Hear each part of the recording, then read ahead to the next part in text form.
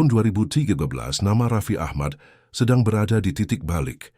Kasus narkoba sempat menyeret namanya. Saat semua orang berpikir kariernya akan tamat, justru yang terjadi sebaliknya. Ia bangkit lebih besar dari sebelumnya. Acara TV, endorsement, bisnis semua mengalir deras. Pertanyaannya, kenapa setelah skandal justru rezekinya melimpah? Menurut seorang spiritualis Jawa yang tidak mau disebutkan namanya, malam setelah ia keluar dari pusat rehabilitasi, Raffi menghilang ke daerah pegunungan, Jawa Barat, ditemani satu orang pemandu spiritual. Mereka datang ke sebuah tempat yang dikenal dengan nama Pesarean Gunung Salak. Tempat banyak tokoh melakukan ritual gaib. Di sanalah disebut-sebut Raffi melakukan perjanjian pesugihan tingkat tinggi. Bukan sembarang pesugihan, tapi jenis pesugihan yang disebut tumbal keturunan. Setahun kemudian lahirlah Rafathar Malik Ahmad, putra sulung Raffi dan Nagita Slavina. Wajah tampan, kehidupan mewah, dan sejak bayi sudah disorot kamera. Banyak yang menyebut Rafathar sebagai anak Sultan Indonesia. Namun ada hal aneh. Sejak usia 5 tahun, Rafathar kerap ketakutan saat tidur. Ia sering berteriak melihat kakek tua bermata merah yang duduk di ujung tempat tidurnya setiap malam Jumat Kliwon. Dokter bilang itu gangguan tidur. Tapi menurut seorang ahli metafisika, itu adalah penagih tumbal. Dalam ritual pesugihan tumbal keturunan, makhluk penunggu alam gaib akan menjaga perjanjian. Selama sang anak belum dikorbankan, kekayaan terus mengalir. Tapi jika tumbal tidak diberikan tepat waktu, maka yang diincar bukan cuma sang anak, melainkan seluruh keluarga. Pernahkah kamu perhatikan, saat bisnis Raffi berkembang pesat, RA Pictures, Rans Entertainment, klub sepak bola, bahkan rumah mega proyek hingga jet pribadi, justru Rafathar semakin jarang muncul di media. Menurut sumber orang dalam Rans, Rafathar sempat kerasukan saat syuting YouTube. Ia bicara dengan suara berat dan mengatakan, "Waktuku belum habis, tapi ayah sudah siap menyerahkan." Setelah kejadian itu, syuting dihentikan selama 2 minggu. Beberapa spiritualis menyebutkan bahwa Raffi mulai mencari tumbal pengganti agar Rafathar selamat. Namun makhluk gaib tidak bisa ditipu. Perjanjian yang sudah ditulis dengan darah tidak bisa dicabut begitu saja. Tahun 2022, Raffi dikabarkan pernah hilang kontak dari manajemen selama 2 hari. Ternyata ia melakukan perjalanan rahasia ke Alas Purwo, Banyuwangi. Di sanalah ia menemui Mbah Drono, seorang paranormal tua yang dikenal bisa memindahkan tumbal. Mbah Drono memberi 2 pilihan. Serahkan Rafathar sesuai perjanjian, cari tumbal pengganti dari kalangan artis muda berdarah campuran. Tak lama setelah itu muncul tragedi-tragedi kecil di kalangan artis muda. Seorang penyanyi muda pingsan di atas panggung dan mengalami gangguan mental mendadak. Seorang aktor muda kecelakaan motor tanpa sebab. Banyak yang mengaitkannya dengan tumbal pengalih. Saat ini Rafathar lebih sering tinggal jauh dari sorotan kamera. Sekolah di luar negeri katanya untuk pendidikan lebih baik. Tapi bisik-bisik dunia supranatural menyebutkan Rafathar sedang dalam pengasingan spiritual, dijaga oleh para kiai dan dukun putih agar tidak diambil makhluk gaib. Nagita Slavina, sang ibu, dikabarkan pernah bermimpi buruk terus-menerus selama 40 hari. Dalam mimpinya, ia melihat Rafathar berdiri di tengah kuburan dan menangis memanggil, "Mama, selamatkan aku," ungkap Denny Darko. "Kita hanya bisa melihat yang nampak, tapi dunia ini bukan hanya milik manusia. Popularitas, kekayaan bisa dibeli, tapi dengan harga yang sangat mahal, kadang nyawa, kadang darah keturunan." Apakah Raffi Ahmad benar-benar menumbalkan Rafathar? Ataukah ini hanya kisah urban legend yang lahir dari kecemburuan terhadap kesuksesan?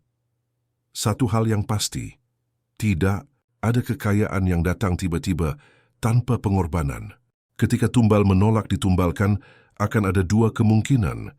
Ia akan dilenyapkan atau ia akan melawan balik. Dan kisah ini adalah tentang Rafathar, pewaris yang memilih untuk kabur dari takdirnya. Pertengahan 2024, pada suatu malam yang sangat sunyi di kawasan Andara, CCTV rumah Raffi mendadak mati total selama 2 jam. Tak ada sinyal gangguan, tak ada aliran listrik yang putus. Tapi pada waktu yang sama, Rafathar, anak yang sudah mulai beranjak remaja, dinyatakan hilang dari kamarnya. Panik, keluarga Rans menutup-nutupi berita ini dari media. Manajemen menyebar informasi bahwa Rafathar sedang berlibur ke luar negeri. Namun seorang sopir pribadi yang tidak sengaja mendengar percakapan antara Nagita dan seorang kiai membocorkan bahwa Rafathar kabur untuk mencari perlindungan spiritual.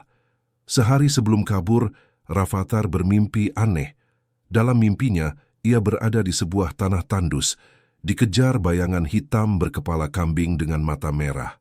Tapi dari kejauhan, muncul seorang lelaki tua berjubah putih yang berkata, "Nak, kalau kau ingin selamat, pergilah ke tempat yang tak dijamah dunia.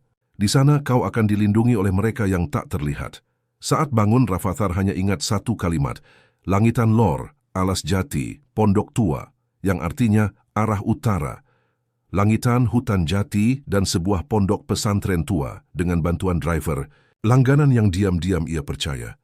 Rafathar menyusup malam-malam ke sebuah pesantren tua di perbatasan Lamongan dan Tuban, yang dikenal oleh kalangan terbatas sebagai pesantren Waliyah Ghaib. Pesantren ini tidak punya nama di Google Maps. Tidak pula ada papan nama, tapi para spiritualis tahu tempat itu hanya menerima anak-anak yang dikejar oleh dunia gaib, anak-anak indigo, anak-anak tumbal, dan anak-anak terpilih yang ingin bebas dari kutukan leluhurnya. Di sana, Rafathar diterima oleh seorang kiai, sepuh bernama Kiai Abdul Jalil, yang memiliki karomah dan kemampuan membuka tabir alam gaib. Kiai ini langsung berkata saat melihat Rafathar, "Sudah saatnya kau melawan, tapi ingat, bila kau ingin selamat, jangan pernah kembali sebelum darah tertumpah." Malam Selasa Kliwon, makhluk penagih dari alam pesugihan menyerang pesantren. Para santri mendadak sakit perut, beberapa kesurupan dan satu kamar meledak secara misterius. Rafathar sendiri menggigil hebat, hingga bola matanya berubah warna kehitaman. Kiai Jalil segera menggelar ritual tolak bala dan memanggil pasukan gaib, penjaga pondok. Konon makhluk-makhluk ini adalah jin muslim keturunan Sunan Bonang yang bersumpah menjaga anak-anak yang ingin bebas dari perjanjian setan.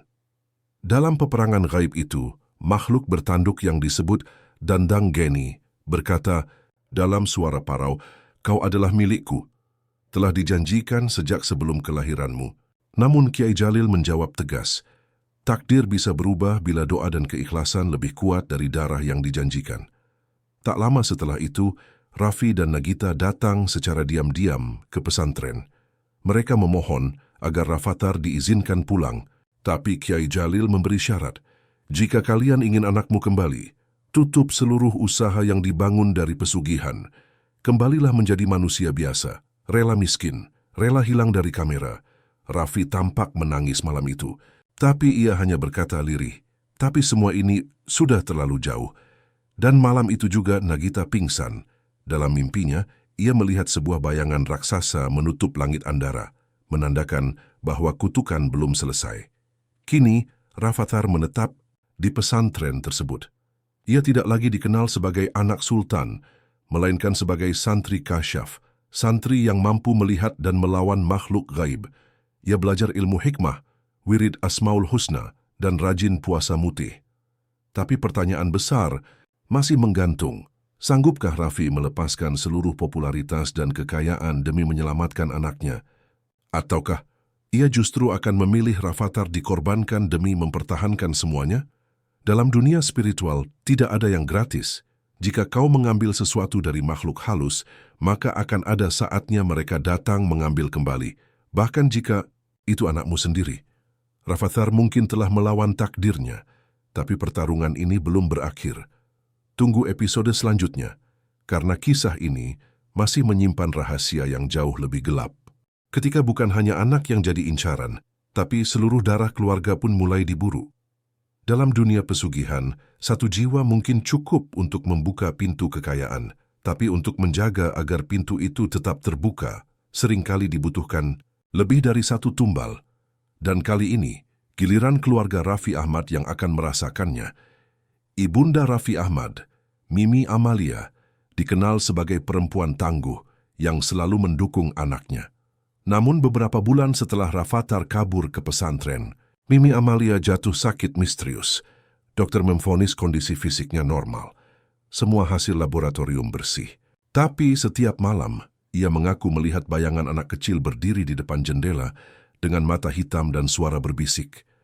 Giliranmu sudah dekat. Setiap hari Jumat Legi, tubuhnya mendadak membiru dari ujung kaki sampai pinggang, seolah ada sesuatu yang membekukan darahnya dari dalam. Adik Raffi, Shahnaz, juga mengalami gangguan tak masuk akal. CCTV rumahnya menangkap sosok perempuan berjubah hitam berjalan di dalam dapur pukul 03.33 dini hari, padahal semua penghuni tertidur. Anak kembarnya tiba-tiba kehilangan kemampuan bicara selama 3 hari, hanya menunjuk ke dinding dan berkata, "Itu tante ya, tante dari pohon besar." Saat paranormal didatangkan, mereka mendapati energi pesugihan menjalar melalui darah keluarga, seolah ada kontrak tak kasat mata yang mengikat bukan hanya Raffi, tetapi seluruh keturunannya. Kompleks. Rumah Rans yang megah di kawasan Andara mulai memancarkan aura yang berbeda. Beberapa pekerja resign mendadak. Seorang tukang kebun jatuh dari pohon tanpa sebab dan mengaku melihat Rafathar duduk di atap rumah, padahal Rafathar sudah lama tidak tinggal di sana. Kucing peliharaan Raffi ditemukan mati dalam posisi aneh. Mulut menganga, mata terbuka, dan cakarnya mencakar langit-langit rumah. Konon, itu pertanda makhluk penagih tumbal telah masuk ke rumah. Raffi akhirnya membawa keluarganya ke seorang paranormal ternama di Gunung Lawu yang dikenal sebagai Mbah Kuncung. Ia mencoba menghentikan kutukan melalui ritual pengalihan garis darah. Tapi saat tengah malam ritual berlangsung, Mbah Kuncung justru muntah darah dan berteriak, "Kau sudah terlalu dalam. Keluargamu bukan hanya pengikut, tapi telah menjadi bagian dari perjanjian." Malam itu, seluruh lilin padam serentak, dan suara jeritan perempuan terdengar dari pepohonan, menandakan bahwa ritual ditolak dari alam gaib. Nagita Slavina mulai mengalami keanehan dalam mimpinya. Dalam tidurnya, ia sering melihat dirinya duduk di pelaminan. Tapi bukan dengan Raffi, melainkan dengan sosok makhluk tinggi berwajah rusak dengan mahkota emas di kepalanya. Suara dari mimpi itu selalu sama. "Kau bisa menukar suamimu, asal kau serahkan satu anak lagi." Nagita mulai ketakutan.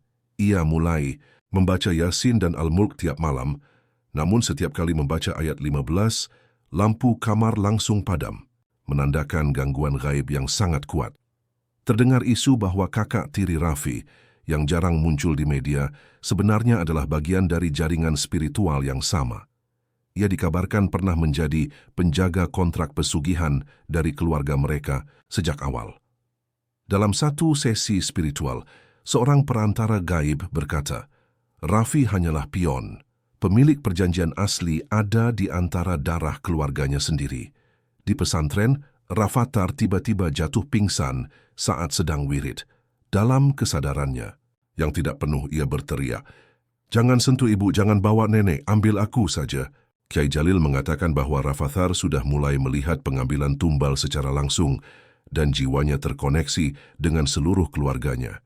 Jika satu tumbal gagal, maka kutukan akan turun ke setiap orang yang mengandung darah yang sama. Saat seseorang membuat perjanjian dengan kekuatan kegelapan, efeknya tidak hanya berhenti pada dirinya.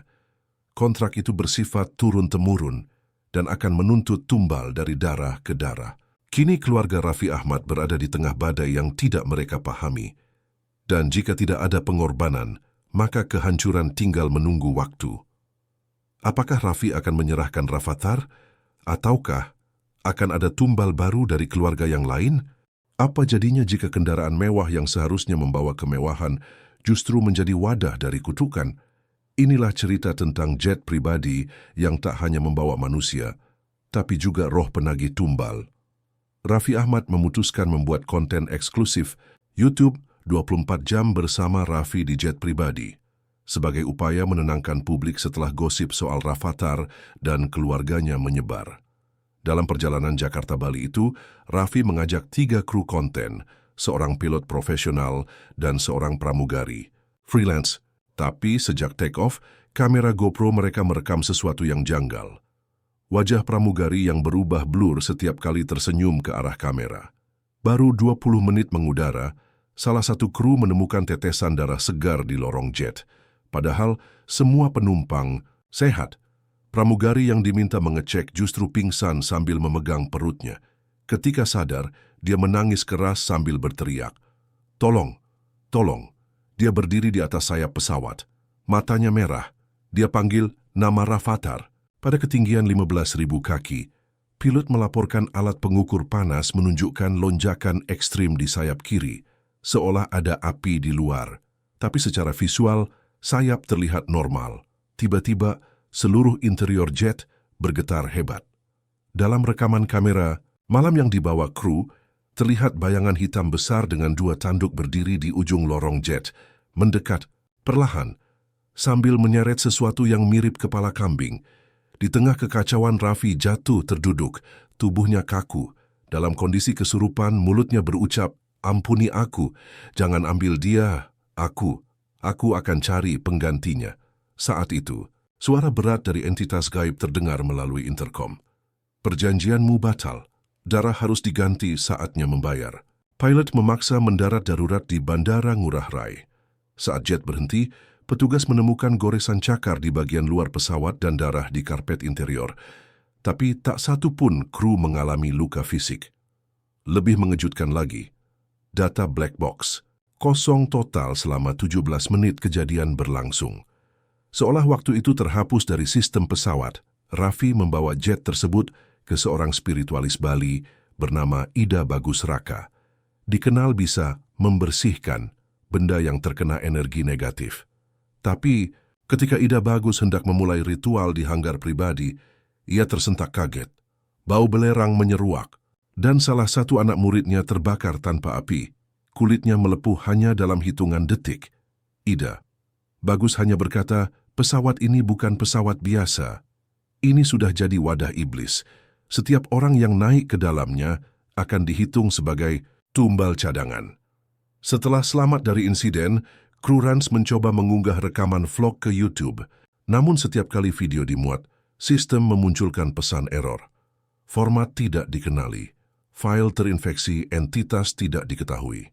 Saat satu editor nekat mencoba mengekstrak file dengan software khusus, dia pingsan dan bermimpi melihat Rafathar. Duduk di dalam jet, tapi dengan mata berwarna hitam total dan tawa mirip lolongan serigala. Jet pribadi milik Raffi Ahmad mungkin terlihat seperti lambang kemewahan, tapi siapa sangka, di balik langit yang biru, ia telah membawa kutukan yang mengintai. Apakah pesawat itu hanya awal? Ataukah kendaraan lain, rumah, mobil, bahkan kanal media sosial, telah dirasuki oleh kontrak gaib yang ditandatangani bertahun-tahun, lalu satu tumbal gagal dan maka seluruh fasilitas yang dibangun dari pesugihan akan berbalik menyerang. Dan kini, seluruh hidup Raffi Ahmad mulai menjadi ladang penagihan. Ketika tumbal gagal diserahkan dan waktu pengambilan telah lewat, kekuatan gaib akan turun tangan langsung. Bukan untuk menghukum, tapi untuk mengambil kembali haknya. Dan kali ini, Rafathar menjadi korban berikutnya. Setelah berbagai gangguan menimpa keluarga Rans, Kiai Jalil, pengasuh pesantren tempat Rafathar mengungsi, meminta sang anak menjalani tirakat malam Jumat Legi, malam paling sakral, untuk membentengi diri dari gangguan gaib. Rafathar bersedia meski masih muda, karena ia merasa sudah dikejar sesuatu setiap malam. Ia hanya minta satu hal. "Kalau aku hilang, jangan cari aku pakai cara manusia." Malam itu Rafathar dipakaikan surban putih dan diminta wirid di hutan kecil belakang pesantren, seorang diri. Saat azan subuh berkumandang, santri yang menjemput Rafathar ke lokasi tirakat hanya menemukan surban dan tasbihnya. Tertata rapi di atas sajadah, tak ada jejak kaki, tak ada tanda perlawanan. Hanya aroma wangi bunga kantil yang memenuhi udara, dan seekor burung hantu besar bertengger diam, menatap langsung ke wajah santri itu, seolah berkata, dia sudah diambil. Kiai Jalil melakukan penelusuran spiritual menggunakan wirid ayat kursi dan Raja Pamungkas. Dari sana, beliau menemukan sebuah lubang gaib, terlihat seperti pusaran kabut di tengah akar pohon beringin tua, yang katanya menjadi pintu masuk ke alam arwah tumbal. Dalam penglihatan Kiai, Rafathar berdiri di sisi lain pusaran itu, dikelilingi arwah anak-anak lain yang semuanya dulu pernah menjadi tumbal artis-artis terkenal. Mereka memanggil Rafathar. Ayo ikut kami. Di sini tenang, di sini kaya. Di malam yang sama, Nagita Slavina mengalami mimpi yang terlalu nyata. Ia melihat suaminya, Raffi, sedang duduk bersama makhluk tinggi berkulit hitam legam dan mata merah menyala. Makhluk itu menunjuk Rafathar yang sedang tertidur di kandang emas. Ambil dia kembali. Tapi kau harus menggantinya dengan jiwa lain yang murni. Siapapun dari keluargamu, atau dari mereka yang kau bimbing di dunia entertainment. Nagita terbangun dalam tangis, tapi di lehernya sudah tergantung kalung manik hitam yang tak ia kenakan sebelumnya. Setelah 7 hari menghilang, pesantren mulai mengalami keanehan. Pagar besi berkarat sendiri. Kitab suci tiba-tiba terbalik halaman setiap pukul 03 Ki Senwas. Dan di dinding mushola muncul tulisan Arab yang tidak bisa dibaca manusia biasa. Kiai Jalil meminta bantuan penerjemah naskah kuno dan ditemukan bahwa tulisan itu berbunyi, Rafathar belum sepenuhnya menjadi milik kami. Tapi waktunya hampir habis. Jika tidak ditukar, ia akan jadi penjaga pintu tumbal selamanya. Panik dan tak sanggup kehilangan anaknya, Raffi mendatangi tokoh ilmu hitam bernama Ki Purbotirto yang dikenal bisa menembus batas dimensi arwah. Ritual dilakukan di dasar laut Gunung Krakatau dengan membawa rambut Rafathar, darah Raffi, dan 1 cermin warisan keluarga. Namun, di akhir ritual, makhluk dari dimensi tumbal muncul melalui cermin dan berkata, penukaran gagal. Kau sudah terlalu sering menipu. Kini kau sendiri yang akan dijemput. Beberapa hari setelah itu, layar televisi di rumah Andara mendadak menyala sendiri, menampilkan siaran hitam putih dengan gambar anak laki-laki berjalan di tengah hutan sambil mengucap, aku tak ingin jadi tumbal, tapi tak bisa kembali. Tolong jangan lupakan aku. Nagita pingsan saat melihat anak itu adalah Rafathar dan ia menunjuk ke arah kamera, seolah sedang merekam pesan terakhirnya dari alam lain, ungkap Denny Darko. Ketika dunia manusia sudah tak bisa melindungi, maka dunia lain akan mengambil haknya. Rafathar kini bukan sekadar anak artis, tapi menjadi bagian dari kisah tumbal yang belum selesai. Dan pertanyaannya sekarang bukan lagi bagaimana menyelamatkannya, tapi siapa yang akan ditukar menggantikan dia. Disclaimer, konten ini bersifat fiksi atau karangan dan dibuat oleh AI semata-mata untuk hiburan. Kemiripan nama, tokoh, atau peristiwa hanyalah kebetulan belaka. Harap tidak gagal paham dan dapat mengambil pelajaran dari setiap hikmahnya. Untuk mendapatkan kisah mistis selanjutnya, jangan lupa like, komen, dan subscribe.